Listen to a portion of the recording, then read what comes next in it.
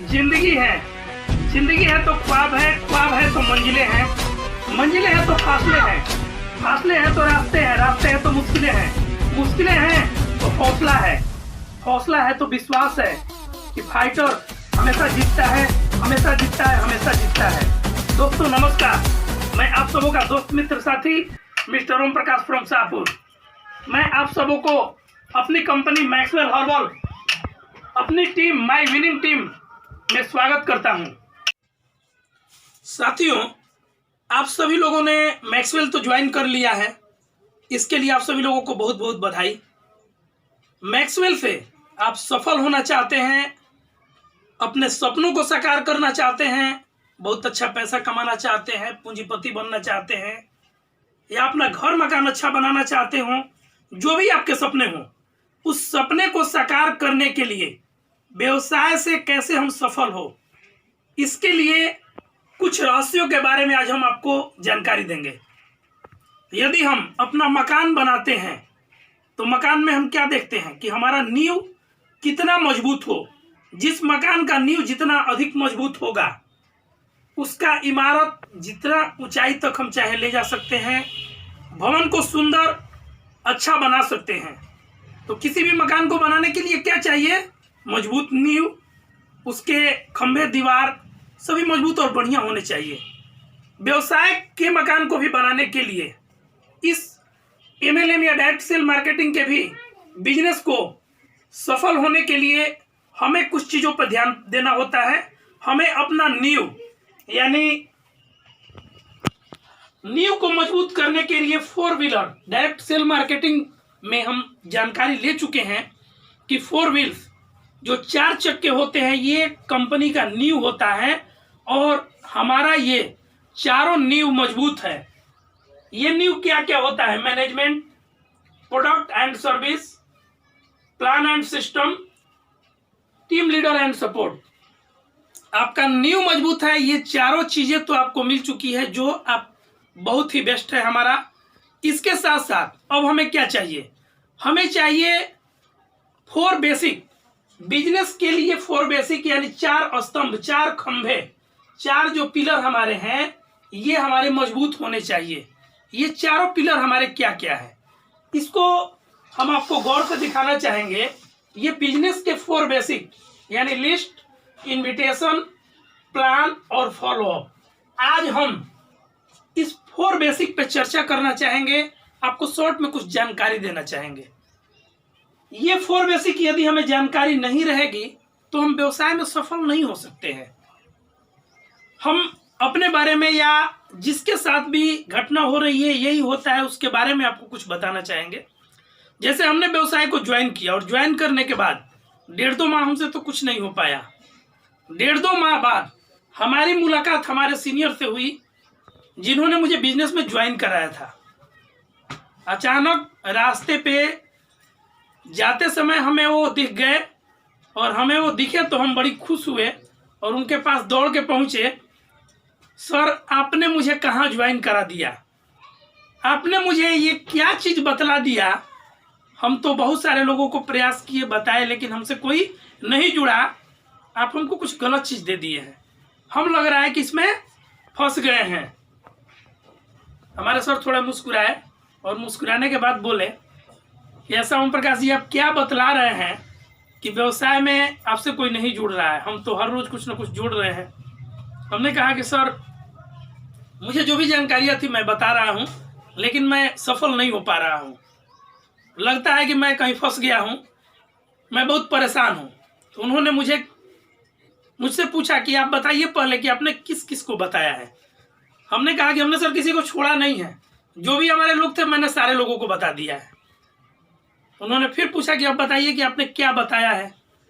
मैंने कहा कि मैंने तो वही बताया है कि जिस कंपनी में हम काम करते हैं, ये कंपनी बहुत अच्छी है, मैनेजमेंट बढ़िया है, इसका प्रोडक्ट बढ़िया है, प्लान बढ़िया है, पैसा बहुत कमाने को मिलेगा।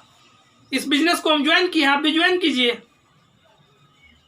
हमने तो वही बातें बतलाई है जो मुझे बताना चाहिए था। उन्होंने कहा कि क्या आपने जो बताया ये सही है? क्या हमने भी आपको बिजनेस ज्वाइन कराने के टाइम यही बातें बतलाई थी? आप यदि स्कूल में पढ़ने जाते हैं, एडमिशन आपका होता है, तो क्या एग्जाम जब होता है तो आप यही लिखते हैं कि अच्छे शिक्षक हैं, अच्छे विद्यालय हैं, अच्छी किताबें हैं, अच्छी पढ़ाई होती है, रिजल्ट आ जाएगा इतने पे? उन्होंने कहा कि नहीं सर, हम तो वहाँ सवाल का जवाब लिखते हैं। तो बोले कि तो यहाँ भी तो सवाल का जवाब देना है, आप तो सारी चीज़ें अच्छी ही लिख रहे हैं, अच्छी ही बतला रहे हैं, तो क्या सफलता मिलेगी? आप पहले ये बताइए कि हमने जब आपको ज्वाइन कराया था तो हमने आपको क्या बतलाया था, कैसे बतलाया था? हमने कहा कि सर आपने फाइल लिया था, कॉपी लिए थे और कुछ आपने लिखकर वो बला बला बला कुछ बतलाया था, तो आपने तो वही बतलाया था। तो उन्होंने कहा कि हमने ये बतलाया था, और आपने क्या बतलाया? अच्छी प्रोडक्ट, अच्छी कंपनी, आपने तो यही बताया। क्या आपको बताने के लिए और भी कुछ चीज़ें नहीं थी? तो मैंने कहा कि नहीं, मुझे जानकारी नहीं है। तब उन्होंने बताया कि नहीं, बिजनेस के लिए 4 बेसिक यानी 4 स्तंभ, व्यवसाय का जो 4 स्तंभ है, चारों पिलर हैं, ये आपको समझना पड़ेगा।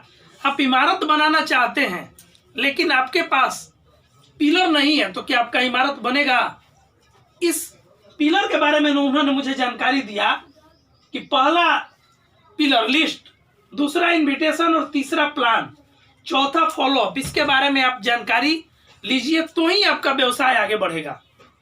हमने कहा कि ठीक है, आप मुझे बताइए, मैं वही जानकारी आपको भी देने जा रहा हूं। दोस्तों थोड़ा सा आप गौर करेंगे। पहला चीज हुआ लिस्ट। तो साथियों, आज हम लिस्ट के बारे में आपको बताएंगे। लिस्ट के बारे में गौर से समझिए। लिस्ट में 2 तरह का बनाना होता है। पहला लिस्ट होता है ड्रीम लिस्ट यानी सपनों का, और दूसरा लिस्ट होता है गेस्ट लिस्ट।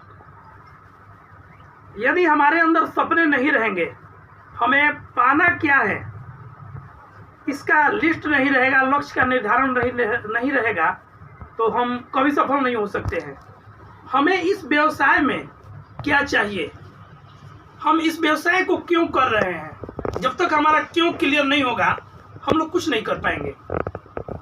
इस व्यवसाय से आप पूंजीपति बनना चाहते हैं, लाखों करोड़ों कमाना चाहते हैं, अच्छा घर मकान बनाना चाहते हैं, बच्चों के लिए अच्छी जायदाद छोड़ के जाना चाहते हैं, पत्नी के लिए गहने बनाना चाहते हैं, क्या चाहते हैं, इसका आपके पास एक लिखित में लिस्ट होना चाहिए।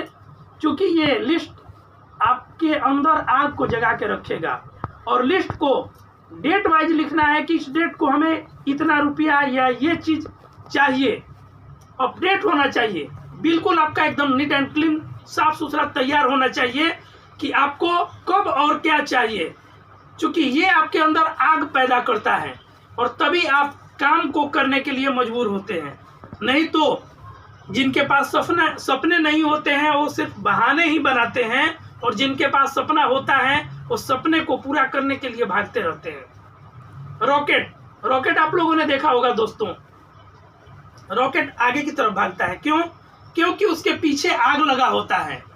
जब उसके पीछे आग लगा होता है तो रॉकेट आगे की तरफ भागता है। आपके अंदर भी आग होनी चाहिए, तभी आप आगे की तरफ भागेंगे। इसलिए आपका ड्रीम लिस्ट तैयार होना चाहिए। लिखित में आप लिस्ट आज ही तैयार कर लीजिए। और दूसरा लिस्ट आपका गेस्ट लिस्ट होता है। गेस्ट यानी कच्चे माल। एक बात बतलाइए, यदि कंपनी में अच्छा प्रोडक्शन चाहिए तो उसके लिए कच्चे माल चाहिए, रॉ मटेरियल चाहिए कि नहीं चाहिए। हलवाई को कह दिया जाए कि मिठाई बनाओ, बहुत अच्छा हलवाई हो, अच्छा कारीगर हो, उसके पास जो भी बर्तन है या जो भी उसका टूल्स है वो भी अच्छा है, और उसके सामने आप यदि दूध, छेना, खोआ मत रखिए तो क्या वो मिठाई बना पाएगा? नहीं बना पाएगा, इसलिए कि उसके पास कच्चे माल नहीं है। यदि आपको भी व्यवसाय में सफल होना है तो आपके पास लिस्ट होनी चाहिए, यानी कच्चे माल का बजाते बहुत बड़ा भंडार आपके पास होना चाहिए। और क्या लग रहा है कि हमारे देश में लिस्ट की कमी है? दोस्तों, विश्व में हमारा इंडिया जनसंख्या के मामले में दूसरे नंबर पे आता है। यानी यहाँ बहुत सारे लोग हैं तो लोगों की कमी नहीं है, और लोग ही नहीं, यहाँ जरूरतमंद लोग हैं। बशर्ते आपको जो लिस्ट बनाना है उसके लिए कुछ फॉर्मूले हैं, उसको तैयार करने के बारे में हम आपको बताना चाहेंगे। लिस्ट को मेक ए बिग लिस्ट यानी बड़ी लिस्ट बनाना है। डू नॉट प्री जज यानी लिस्ट के बारे में आपको पूर्वानुमान नहीं करना है। पहले से किसी के बारे में आप ये पूर्वानुमान नहीं कर सकते हैं कि वो जुड़ेगा कि नहीं जुड़ेगा, तो आपको डू नॉट प्री जज यानी कि पहले से पूर्वानुमान नहीं करना है। अपडेट द लिस्ट यानी अपने लिस्ट को बड़ा बनाते रहना है, हमेशा अपडेट करना है दोस्तों। लिस्ट आपका सिटी वाइज हो तो ज़्यादा बढ़िया है, शहर के वाइज के हिसाब से हो। हमेशा अपने लिस्ट को अपडेट करते रहना है। फॉर्मूला फ्रेंड्स का रहेगा, F for family and friends यानी अपने परिवार के लोगों का और मित्रों का लिस्ट बनाना है। R फॉर रिलेटिव्स रिश्तेदारों का list. I for in law यानी ससुराल पक्ष का लिस्ट। E फॉर इंजीनियर्स या टेक्निकल स्टाफ, प्लम्बर, इलेक्ट्रिक मिस्त्री, कारपेंटर जो भी हो। N फॉर नेबरहुड्स यानी अपने पड़ोसियों का लिस्ट बनाना है। D for doctors, lawyers, high professionalist staff जो भी आपके होंगे इनका लिस्ट तैयार कीजिए। और S फॉर स्ट्रेंजर्स यानी अनजान व्यक्तियों का। इस तर्ज पे हमें लिस्ट बनाना है और हमेशा लिस्ट को बनाते रहना है। लिस्ट बनाने के बाद हमें उसमें से कुछ सिलेक्शन करना है। सिलेक्शन के लिए भी फॉर्मूला दिया गया है। पहले उन लोगों को प्लान दिखाना है जिनकी उम्र 22 से 45 वर्ष हो। फिर उन लोगों का चुनाव करना है जिनका इनकम 30,000 से 80,000 के बीच हो। और तीसरा चीज़ ध्यान रखना है कि जो सामाजिक व्यक्ति हों उनका चुनाव करें और उनको प्लान पहले दिखलाया जाए। तो ये हमारा पहला कड़ी हुआ लिस्ट बनाने के बारे में।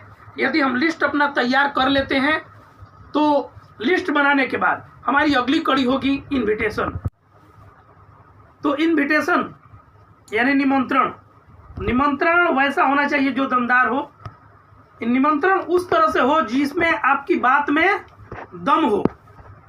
इनविटेशन करने के लिए यही समझना है कि जैसे फिल्म का ट्रेलर होता है, ट्रेलर धांसू होना चाहिए। जब ट्रेलर धांसू होता है तो हर व्यक्ति दौड़ा दौड़ा फिल्म देखने के लिए चला आता है। और यदि इनविटेशन यानी ट्रेलर फिल्म का मरा मरा हो तो लोग फिल्म देखने जल्दी नहीं पहुंचते हैं। आपका भी इनविटेशन धांसू होना चाहिए। इनविटेशन उस तरह से होना चाहिए जैसे आपकी बात में दम हो। मेक इट ब्रीफ, इसे छोटा रखना है, बड़ा नहीं बनना है। इनविटेशन में उसी तरह की बातें करनी है जिससे इंटरेस्ट, जिज्ञासा पैदा हो। इनविटेशन प्रेजेंटेशन नहीं है, इसे प्लान की तरह नहीं देना है, बहुत बड़ी करके नहीं बताना है, जितना हो सके छोटे में बताना है। बताने के लिए एक टेक्निक भी आपको बतलाया गया है, आपके पास वीडियो गया है, फोरम की टेक्निक। यानी इस तरह से बतलाना है कि लोगों को लगे कि आप उनकी भलाई के बारे में कुछ बताना चाह रहे हैं, वैसा ना लगे कि आप अपनी भलाई के बारे में बता रहे हैं।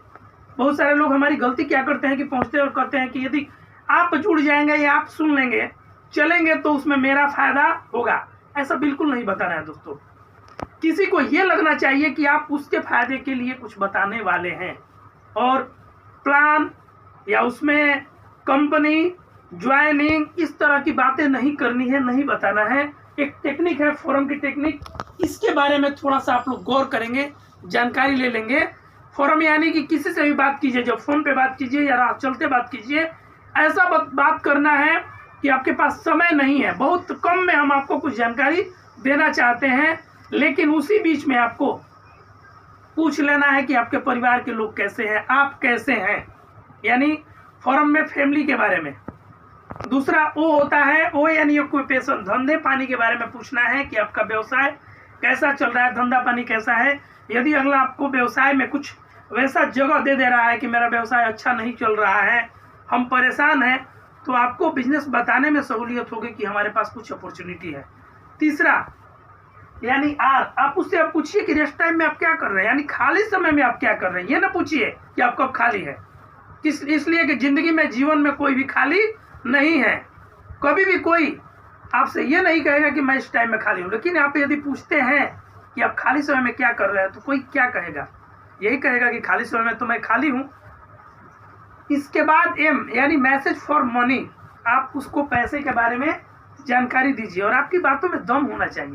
जब आपकी बातों में दम होगा तभी कोई सुनने के लिए तैयार होगा। इनविटेशन 2 लाइन में समझिए कि यही है कि आप किसी को सुनने के लिए तैयार कर लें। आपकी बातों में उस तरह का दम होना चाहिए कि कोई आपकी बातें क्यों सुने। ये सुनाने का कला आपके अंदर आना चाहिए। इनविटेशन जिसका जितना बढ़िया होगा वो उतना बढ़िया से बिजनेस को आगे कर पाएगा। इनविटेशन में 3 बातों का ध्यान देना है, ग्राफ, फिगर और चार्ट। कोई भी आपसे ये जानना चाहेगा कि मुझे अभी बता दीजिए या 2 मिनट में बता दीजिए, आपको उन्हें यही बताना है कि इसमें कुछ ग्राफ्स हैं, कुछ फिगर है और कुछ चार्ट है। ये मैं आपको मोबाइल पे नहीं दिखा सकता या रास्ते में हम नहीं बता सकते, समय कम है। आपको इस ग्राफ, फिगर और चार्ट को समझने के लिए मुझे 30 से 40 मिनट देने होंगे। आपके पास कब समय है? आप खाली समय में जब भी मौका लगाइए, हम आपके पास आते हैं या आप हमारे पास आ जाइए। समय निश्चित कीजिए और समय निश्चित करने में आप एक बात का जरूर ध्यान दीजिए कि किसी को 2 ऑप्शन दिया जाता है।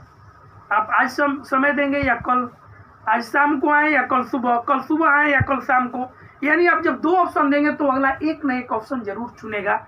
आपको एक ऑप्शन नहीं देना है, ध्यान देना है। तो 2 ऑप्शन आपके अंदर होने चाहिए, आपको बताना है। आइए अब तीसरे पॉइंट पे चलते हैं। तीसरा स्तंभ यानी प्लान।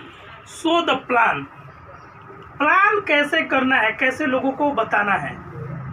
पहली बात तो ये कहेंगे कि प्लान के मैटर में एक चीज़ आप लोग समझ लीजिए कि किसी को समझाना नहीं है, समझना है।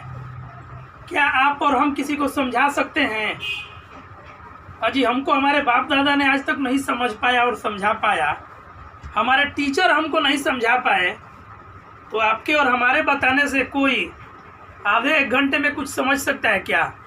हमें किसी को समझाना नहीं है, हमें उनको ही समझना है कि वो चाहते क्या है, कौन सा व्यक्ति क्या चीज़ चाह रहा है, उसके समस्या को समाधान आपको करना है। यानी आप प्रॉब्लम शूटर बनिए, प्रॉब्लम क्रिएटर नहीं। उसका जो प्रॉब्लम है उसके समस्या का समाधान कीजिए। यही व्यवसाय है, यही प्लान है। यानी हमें उस व्यक्ति को समझाना नहीं है, समझना है। हो सकता है कि कोई बीमारी से ग्रसित हो तो उसकी पहले समस्या को समझिए। किसी को रुपया पैसा चाहिए, उसकी समस्या को समझिए। यदि कोई समाज में अपना अस्तित्व चाहता है, सामाजिक अपना दायरा बढ़ाना चाहता है, उसके उस चीज़ को बढ़ाने में आप मदद कीजिए। कोई अपने बच्चों के लिए जायदाद छोड़ना चाहता है, नाम कमाना चाहता है, विदेश घूमना चाहता है, क्या करना चाहता है, उसकी बातों को समझिए। और समझने के लिए आप क्या करेंगे? आपको पहले उसके साथ 2-4-10 मिनट का समय देना है, इंट्रोड्यूस करना है, परिचय अपना और उसका जानना है, उसके बारे में जानना है, वो अगला क्या चाहता है। यदि आप ये समझ लेते हैं तो आपको बताना आसान होगा। और आप उसे क्या बतला सकते हैं? आप उसे मात्र 2 ही चीज़ बता सकते हैं, अपनी कंपनी के बारे में, प्रोडक्ट और प्लान। प्लान 2 ही चीज़ है, प्रोडक्ट और प्लान। यदि आपने प्रोडक्ट का अच्छा से जानकारी किया है, नहीं किया है तो कर लीजिए। आप अपनी जानकारी को उसे बता सकते हैं, आप बतलाइए। उस अगले को उसमें से जो चीज़ें पसंद होगी, उसके लायक होगा, वो खुद ब खुद छांट लेगा। दूसरा चीज़ है प्लान। यानी आप अपने बिजनेस के प्लान को अच्छी तरह से समझ लीजिए। आपकी जानकारी जितनी अच्छी होगी आप उसे बताएंगे, उसे अच्छा लगेगा और उसे अपना समाधान दिखेगा। जो समस्या बता रहा है उसके समाधान से संबंधित बातें आप उसके सामने शेयर करें। यही आपको जानकारी देना है और यही इस बिजनेस में प्लान है। प्लान देने के बारे में यही चीज़ कहेंगे कि कोई घबराने की ज़रूरत नहीं है। प्लान नहीं भी देने आ रहा है तो आप प्लान दीजिए, क्योंकि शुरुआत के 2, 4, 5, 10 प्लान हर किसी से गलती होता है, लेकिन 10 प्लान के बाद वो अगला आप भी ठीक से प्लान कर सकते हैं। लेकिन वो 10 गलतियां यदि आप करने के लिए तैयार नहीं है तो क्या कभी आप प्लान दे पाएंगे? कभी नहीं दे पाएंगे दोस्तों। इसीलिए आप शुरुआत कीजिए। हो सकता है 10 प्लान आपसे जोरदार न हो, अच्छे ढंग से न हो, तो जानकारियां मिलती मिलती आप तक पहुंचेंगी और आप भी उसमें माहिर हो जाएंगे। ना हमने, ना हमारे सीनियर ने, ना किसी ने एक बार में अच्छा प्लान नहीं दिया है। मैं आपके अंदर भी ये विश्वास जगाना चाहता हूँ, आप भी प्लान दे सकते हैं। आप जितना देना चाहते हैं उतना ही दीजिए, उतना ही बतलाइए। शुरू शुरू में यदि आपको डर लग रहा है, आपके पैर कांप रहे हैं, कोई बात नहीं है, कांपने दीजिए। यदि आप 1 दिन 2 दिन गलत प्लान भी करेंगे तो कोई दिक्कत नहीं है, धीरे धीरे आपके अंदर प्लान करने की क्षमता आ जाएगी। लेकिन आप यदि नहीं करेंगे, जिंदगी में कभी प्लान देना नहीं सीख सकते हैं। एक बात मैं आपसे कहना चाहूँगा, आज आप यदि दौड़ने की चाहत रखते हैं, उड़ने की चाहत रखते हैं, उड़ नहीं सकते हैं तो कम से कम दौड़िए, दौड़ नहीं सकते हैं तो चलिए, चल नहीं सकते हैं तो रेंगिए, लेकिन रेंगिए जरूर, तभी एक दिन आप उड़ सकते हैं। लेकिन यदि आप नहीं चलेंगे, नहीं दौड़ेंगे तो कुछ नहीं कर सकते हैं। कहा जाता है कि ठहरा हुआ पानी और रुका हुआ इंसान दोनों सड़ जाता है। इसलिए रुकने और ठहरने के लिए तैयार मत होइए, प्लान के लिए तैयार होइए। प्लान की बारीकियों के बारे में अपने सीनियर से जानिए, या नेक्स्ट वीडियो में आपको जानकारी मिल जाएगी प्लान कैसे देना है। प्रोडक्ट और प्लान की जानकारी आपको यूट्यूब के माध्यम से, हमारे सीनियर्स के माध्यम से आपको पहुँच रहे हैं। जानकारी आप लीजिए और प्लान को अच्छी तरह से समझ लीजिए। जिस तरह से भी देने आ रहा है उस प्लान को देना स्टार्ट कीजिए। प्लान में मात्र 3 ही चीज़ है। पहला भूमिका होता है, आयुर्वेद हम क्यों करें, यानी मैक्सवेल क्यों करें, इस बारे में बताना है। दूसरा, मैक्सवेल क्या है, यानी इसका प्लान। और तीसरा, कैसे करें, कैसे के मैटर में आपको वही चीज़ें बतानी है जैसे हम आपको बतला रहे हैं। तो साथियों, चौथा स्तंभ है फॉलोअप, एक मुख्य कड़ी, यानी सबसे कहिए कि जानदार चीज यही है फॉलोअप। खुश होने वाली भी बात है, क्योंकि मेहनत कर दिया गया, सारा सिस्टम, सारा वर्क हो गया, और अब बात आती है पैसे निकालने की, यानी रिजल्ट की। तो रिजल्ट के समय में कितना उत्साह होता है ये आप सभी तो जानते होंगे। और फॉलोअप के बारे में यही कहेंगे, इसका जो नियम है उसको 100% पालन करना पड़ेगा। फॉलोअप 24 से 48 घंटे के बीच होना चाहिए। किसी को भी जब आप बतलाते हैं तो उसके दिमाग में एक आध दिनों तक, यानी कुछ समय तक वो चीज़ें स्टोर रहती है, उसके बारे में वो मंथन करता है। आप यदि समय से पहुंच जाएं तो जरूर उसका कुछ ना कुछ रिजल्ट मिलेगा। और यदि प्लान आपने आज किया और फॉलोअप करने 10 दिन बाद या 2-4 महीना बाद जाएंगे, तो क्या उस गेस्ट को आपका प्लान याद रहेगा? इसको एक टेक्निक से समझिए। यदि चावल हम बनाते हैं, आज यदि चावल बना तो कब उसको खाना चाहेंगे? भात बनता है तो गरम गरम अच्छा लगता है, लेकिन यदि ठंडा हो जाए उतना मजा नहीं देगा, लेकिन चल जाएगा। सुबह का बना शाम तक आदमी खा सकता है, लेकिन यदि उसको दूसरे दिन खाएगा तो क्या खाने लायक होगा कि फेंकने लायक होगा? यदि 3-4 दिन बाद खाया जाए तो खाया जा सकता है? नहीं खाया जा सकता है। उसी तरह से प्लान के बाद आपका फॉलोअप भी तत्काल होना चाहिए। और फॉलोअप में जहां कुछ लोग गलतियां करते हैं, अक्सर गलती करते हैं, राह चलते फॉलोअप करते हैं या फोन पे फॉलोअप करते हैं, सिर्फ चाहते हैं कि पूछें हाँ और ना। लेकिन फॉलोअप ऐसे नहीं होता है साथियों। फॉलोअप में हमें सुनाना नहीं, सुनना पड़ता है। फॉलोअप आपका ऐसे जगह पे होना चाहिए जहां शांति के साथ, आपके गेस्ट के साथ आपकी कुछ देर तक बैठ के बातचीत हो सके। वहां आप किसी को समझा नहीं सकते हैं, समझाना नहीं, सिर्फ उसको समझना है, उनकी बातों को सुनना है। और जो भी वो समस्या या किसी भी तरह का प्रॉब्लम क्रिएट कर रहे हैं, आपको उसका सलूशन देना है। यानी आप समस्या का समाधान उसको कर रहे हैं, समाधान के बारे में बता रहे हैं, तो उसको समाधान बताते हुए बिजनेस में संतुष्ट करना है। उससे आपको पैसा लेना है, तो पैसे लेने में आपको तो संतुष्टि देनी पड़ेगी ना।